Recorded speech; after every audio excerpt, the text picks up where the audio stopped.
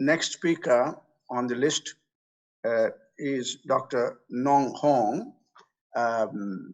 Before I give the floor, of course, again, it's an important matter that has been raised by Professor Ho as to how best to promote scientific research in the absence of an agreed boundaries and activities which are otherwise not very clear whether they are pure scientific research or not. I mean, that's where the the nub of the problem is, and I think we will come back on this matter a little more to look at it a little more when we come to the discussion. But may I now give the floor to Dr. Nong Hong. You have the floor, madam. Well, thank you, Chair, and good morning or good afternoon. And I'm speaking from Canada, and I would like to start thanking the organizers, particularly the Ministry of Foreign Affairs of Republic of Korea and the Korea Society of International Law and the International Tribunal for Law of the Sea for inviting me to this very important conference. And I'm feeling very particularly happy because I feel I am back in Asia finally, even though it's still virtual, and it's good to be connected to the community of the international law of the sea. I was asked by the organizers to talk about what is Chinese practices or legal framework on regulating MSR. So in order to do that, I would like to, okay, so this is what I'm going to cover. I will start by talking from the international legal framework and also compare with what is the domestic legislation from China's perspective, and with a focus to the foreign related MSR. And then I'm going to move on to talk a little bit about what is Chinese practices on MSR, what are normally it's conducting joint MSR, cooperation of the MSR within and beyond its national jurisdiction. And then finally, related to the general thing of this panel, to talk a little bit about China's approach to MSR in overlapping maritime zone. So Article 245 UNCLOS grant coastal state exclusive right to regulate and to conduct MSR in the territorial sea. So, and then for the other states, in order to conduct for MSR, they need to express consent of, and they have to also under conditions set by the coastal states. That's pretty clear. And then moving to the EEZ and continental shelf, according to Article 246, paragraph 3, the coastal states and in the normal circumstances, they will grant consent for MSR to the foreign parties, and also make sure the coastal states have to establish mechanisms preventing unreasonable delay or deny. And then according to paragraph 5, article 246, the coastal state may withhold consent from a foreign party who conducted activities, firstly, which is of direct significance of exploration and exploitation of natural resources, no matter it's living or non-living resources. And the second category, if the projects involve drilling into the continental shelf and also involving the use of explosive or the interlocution of harm substance to the marine environment. And also if the project involves the construction, operation, or use of artificial islands, installation, and structure. And the last category, if the project contains information communicated pursuant to Article 248. So what does Chinese law? So there was in 1996, China issued this provision of administration of foreign related MSR. So basically it stimulates in its territorial sea or internal seas.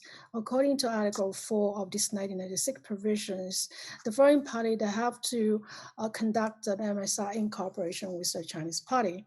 And then in Article 10 will regulate that the original data and sample acquired should belong to China, and the foreign party that they will be able to use the original data free of charge as agreed upon in a contract.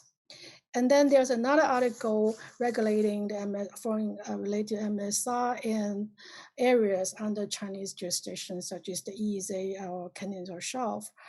And then there was two different ways of conducting MSR in Chinese EEZ or continental shelf, so either independently or in cooperation with the Chinese party.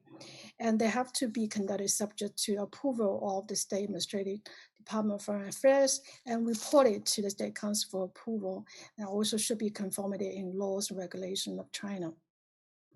And if the MSR is conducted in a cooperative manner, and original data and samples are required to be shared between them, which means the foreign parties and also China, according to an agreement, and also may be used free of charge by any of the parties. And there's another goal: if this MSR is conducted by the foreign parties independently, the regional data and sample required will be maybe used free of charge by any relevant organization of China. And then in 1998, and China issued its law on exclusive economic zone and continental shelf, which have very similar regulation provisions in conformity with these 1996 provisions.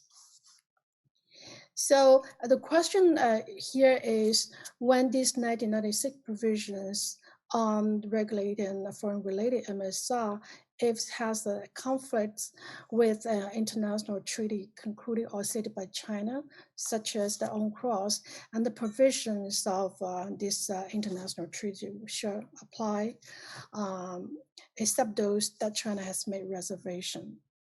And then there was some potential disagreement. For instance, according to the Article 10 of 1996 Chinese provisions, the transfer or publication of original data and sample is still prohibited without approval for the relevant authority of China. And however, Article 244, paragraph 2 under UNCLOS regulates that states should actively promote the flow of scientific data and information resulting from MSR. So in this case, it's unclear whether this general obligation under Article 244 of UNCLOS, this general obligation might preempt China's 1996 provision. So this is something that might having a conflict entering in the future. So now I'm moving on to talk a little bit about some legal ambiguity, which I think has been also mentioned by Dr. Kim and also Dr. Ha in the previous presentation. I'd like to echo them because the MSR regulation, although there's no definition of MSR in UNCLOS, but the legal regime is pretty clear. So which means that it affirms the right of a coastal state to conduct MSR and to regulate, and also grants the coastal states the right to control. However, there is sort of like unclear differences or distinguish between MSR, survey, or military activities. Let me give very brief example. For instance, what are the legal regime for the survey activities in a country, in a foreign country's EEZ or continental shelf? Does it enjoy the same legal regime as MSR, which means that the foreign state need consent regimes in a foreign country's EEZ and continental shelf? Or does it enjoy similar legal regime as the high sea freedoms? Or in other words, whether it actually has enjoyed the residual right attributes according to Article 59 of UNCLOS. This is something to bear in mind, and which continues to be a debatable question among many of the countries who have different interests.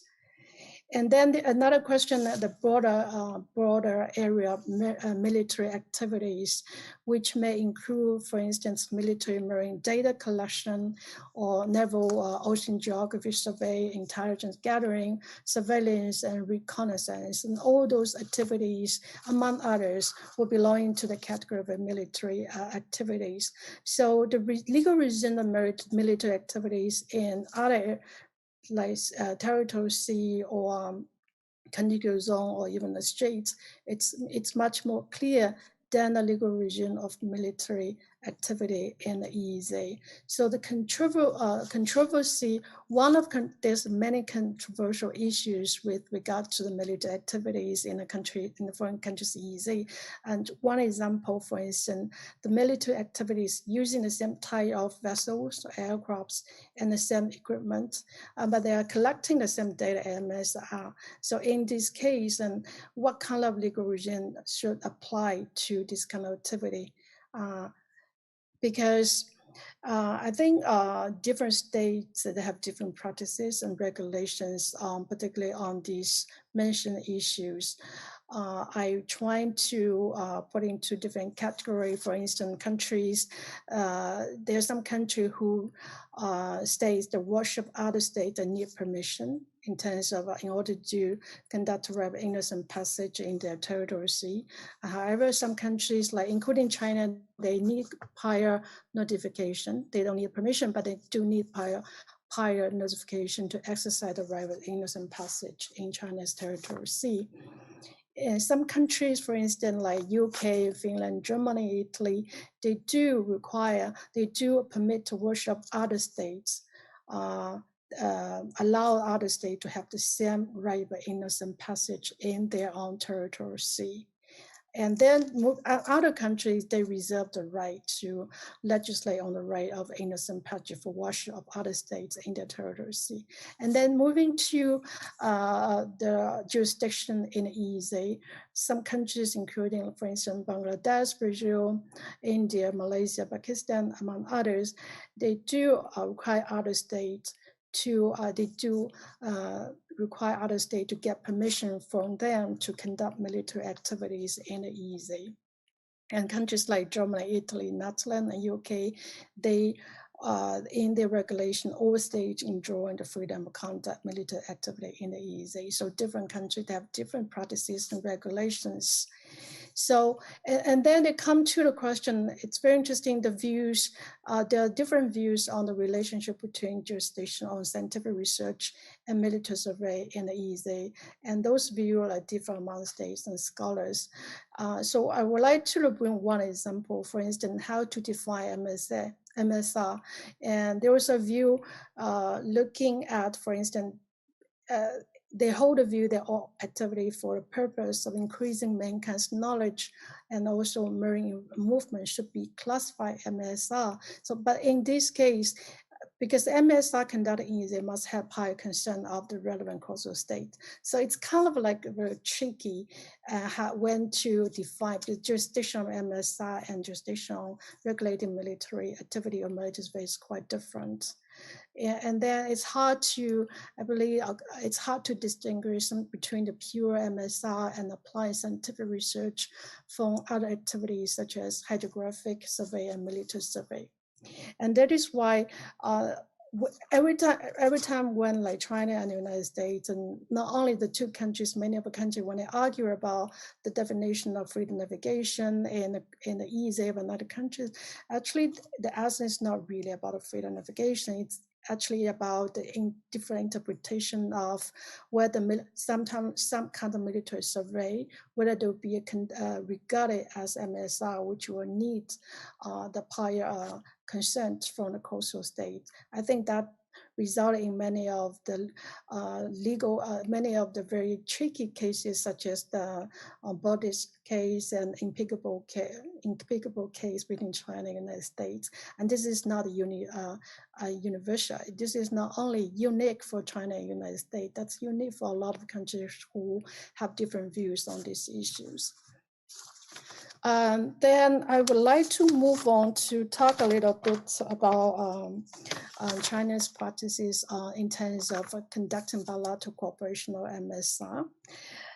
China has established and renewed MSR cooperation with various nations, including United States, Canada, Russia, South Korea, Japan, Iceland, France, Germany, among others. So this stimulation of this agreement typically entails exchange of related data information, joint sustainable development initiatives, and with acknowledgement of conducting research in the spirit of scientific discovery and mutual economic progress. So many of the example, just want to share with you among most prominent of these cooperated here on my slides. There's China-American polygon cooperation in the field of marine and fishery science and technology, and China-American joint research on the mouth of Yangtze River and the East China Sea continental shelf, and China and Japanese joint investigation of the red tides, and German and China-French joint research on geophysics and geology of the South China Sea. However, it's interesting to know that because of the overlapping or multiple overlapping claims in the South China Sea, there is a lot of barriers to similar agreement between China and other claimants in the South China Sea, which I'm going to elaborate more later. China has also taken to instituting joint MSR centers around the world, for instance, such as the China-Korea Joint Ocean Research Center. And China has also paid quite particular attention to marine scientific research in the Arctic lately, and evidenced by the joint inauguration in 2018 of the China-Iceland Arctic science observation. And there's another example is China-Russia Arctic Research Center agreed upon in April 2019. So joint MSR initiative have provided opportunity for China and also from Japan and South Korea to establish presence in terms of MSR in regions such as the Arctic and Antarctica. So I think we heard already from Dr. Kim and Dr. Ha about the in overlapping maritime zones, particularly in Northeast Asia and also in Southeast Asia. We have a lot of difficulty in pending maritime delimitation, including the East China Sea and the South China Sea. So I think the joint MSR activity has proven to be a valuable tool in developing cooperated bilateral relation between nations. So let me take the South China Sea as one example. I think we have very difficult situation in the South China Sea. We have territory dispute, we have pending maritime delimitation. So given the fact that we are foreseeing a very long-term solution to solve the South China Sea dispute, I think MSR as confidence building measure should be promoted among the states. So I think cooperation between two or more littoral states in the South China Sea are positive measures to improve the relations and the ease the tension there. And however, there is, I think, because currently the MSR in the South China Sea is sometimes overlapping and many of the projects are fragmented. So greater coordination, integration, and support mutually identified research priority in the South China Sea are necessary to improve the general situation in the South China Sea.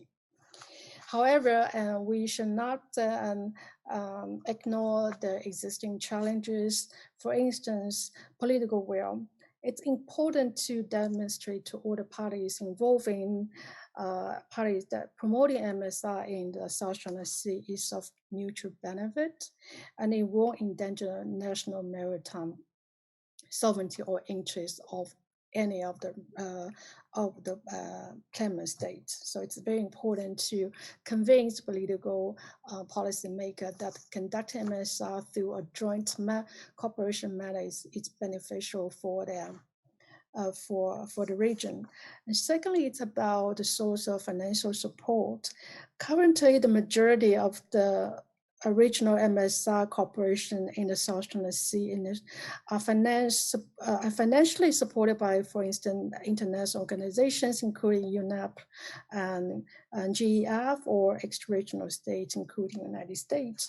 What is the disadvantage of having only the major source for international organization and extra-regional states? Because it will, having the project funded by the non-regional actors will result in outside force having more significant influence over the project implementation, which means that priority favored by these international organizations or ex-regional countries, they do not necessarily reflect or present the needs from of the region or desire of the littoral states in these regions. And that's something that we need to bear in mind. Another issue, another challenge is the institutional structure. And we are aware that in the South Sudanese, there is not an international organization or regional recognition, no matter it's on regulating fishery or environment protection. And there is some discussion that a formal or informal or less formal institution governing MSI, it's needed or should be encouraged in the South China Sea.